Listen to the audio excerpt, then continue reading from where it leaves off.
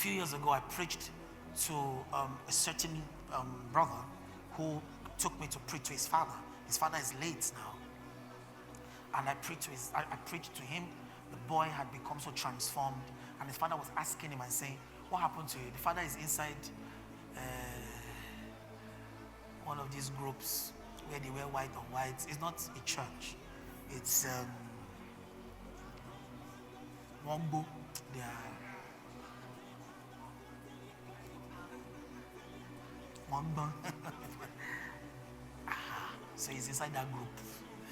And so the boy had been talking to me about his dad, and his dad was very, very, his dad has seen such transformation. The boy's like you, this boy, what's going on? You that we used to fight every day, used to cause trouble. The boy is so peaceful. And also the father was very interested. He said, I need to see what's happening with you. Side attraction. Let this preaching that I'm preaching to you, let it change your character.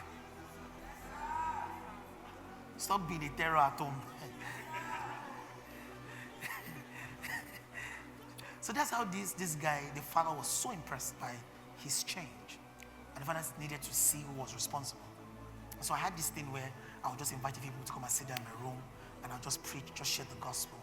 And the guy used to come and join us. And also he took me to his house. And when I got to his father, I preached the gospel to the dad. And the father listened to me. He listened very, very keenly. He was taking notes. Taking notes.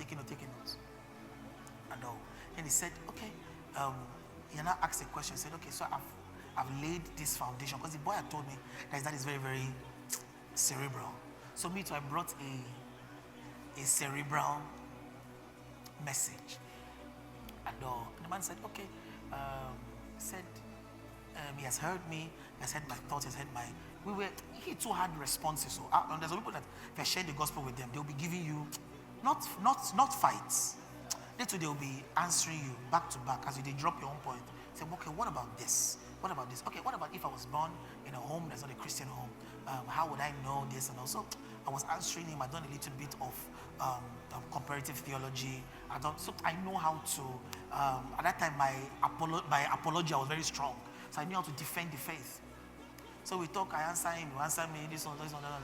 And then, as we're talking, I had a word of knowledge. So I told him, I said, that's as we were speaking. And I felt that he had a pain in his foot. Oh, I said, oh, yeah. He said, did he tell you? The boy said, no. I did not tell him anything, because the boy had not spoken about the pain in the dad's foot. And so now I'm even a little more mature and all of that. So I just put my leg on his leg. Hey, yo, chief. I put my leg on chief leg. And I told him that he should check the leg now. He should do what he couldn't do before. So this man stands up.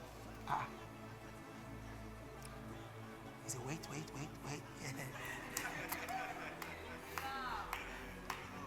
said, wait. Wow. So he said, how do you do this? I said, I've been preaching to you this morning about Jesus Christ. He said, do you know? He said, so he turns to his son. Are you sure you didn't tell him? I said, I'm telling you the truth. I didn't tell him. So here I am watching the man. So he's looking for ways to check. So what is left is for him to jab the leg on something so that the pain can return. So he does this. He's checking the leg. Checking the leg. Said, this is strange. This is strange. He said, you not notice that my leg? I said, how? So he's asking me, how did I know that he had a pain in his leg? I say, let's forget the way I knew. Let's focus on now. If someone even told me, maybe now you can walk better. He said, oh my God. So he's checking the leg. He opens, he was wearing something like a bit of a sock. He opens it. He mentions that there's a certain bulge that is under the leg. That bulge is not, that's how he's able to stand as well as he stands. As we're done talking, he moves from and that's something about a miracle. Miracles have a way of ending arguments. So he switches from all those English language back and forth. When I begin to ask, he says, this power, because he is a man in he's in a place, a white and white place, where, see if your Christianity is English. Some people, you will speak that English tire, no evidence. So when the guy noticed that he was feeling bad, I said, "What? How did you do it?" So he's trying to ask me, what is the spiritual something? I said, no. He's already beginning to go grandmaster direction. I said, no, it's Jesus. So this time, he now asked me and says, if I take this Jesus into my heart, will I be able to do what you just did now? He's a man of power. He's a man of power. He's a man of power.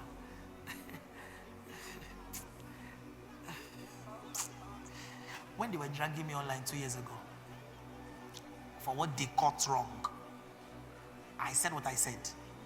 I spoke. Somebody reacted. But when I was telling the story, I was telling everybody that, see, this is not the way to behave. It's not the way to behave. And I recently told some people the complete part of that story. Actually, what I did was for the man's good. That's talk for another day. Sometimes you leave your enemies to keep ranting like dogs and all of that. So, that period, the number of people that called me to hand over their witchcrafts. He said, MJ, I listened to the message. He said, you know something that we don't know. Between that time and now, I've been on calls, video calls with people who have said that there's something you have. And my answer is, it's this Jesus.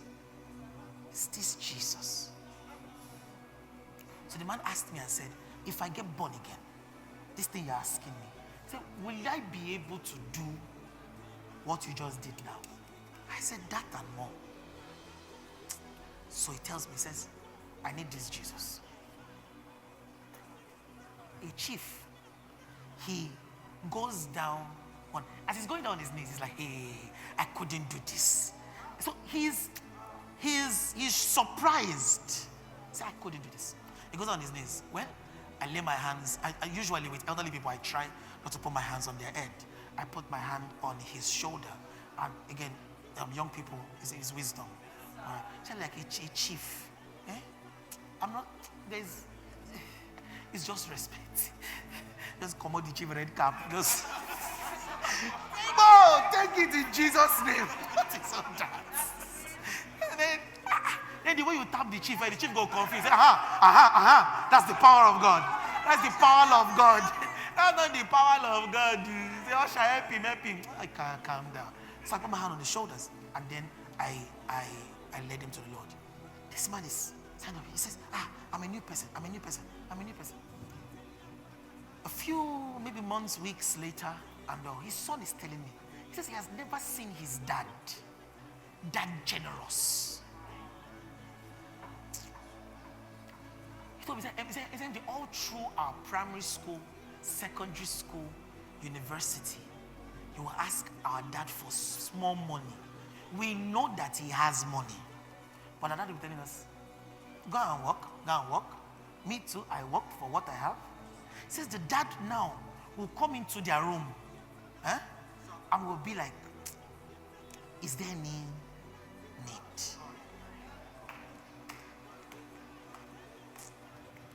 You see that thing? Everybody was surprised at the healing on his leg. But the healing happened in his heart.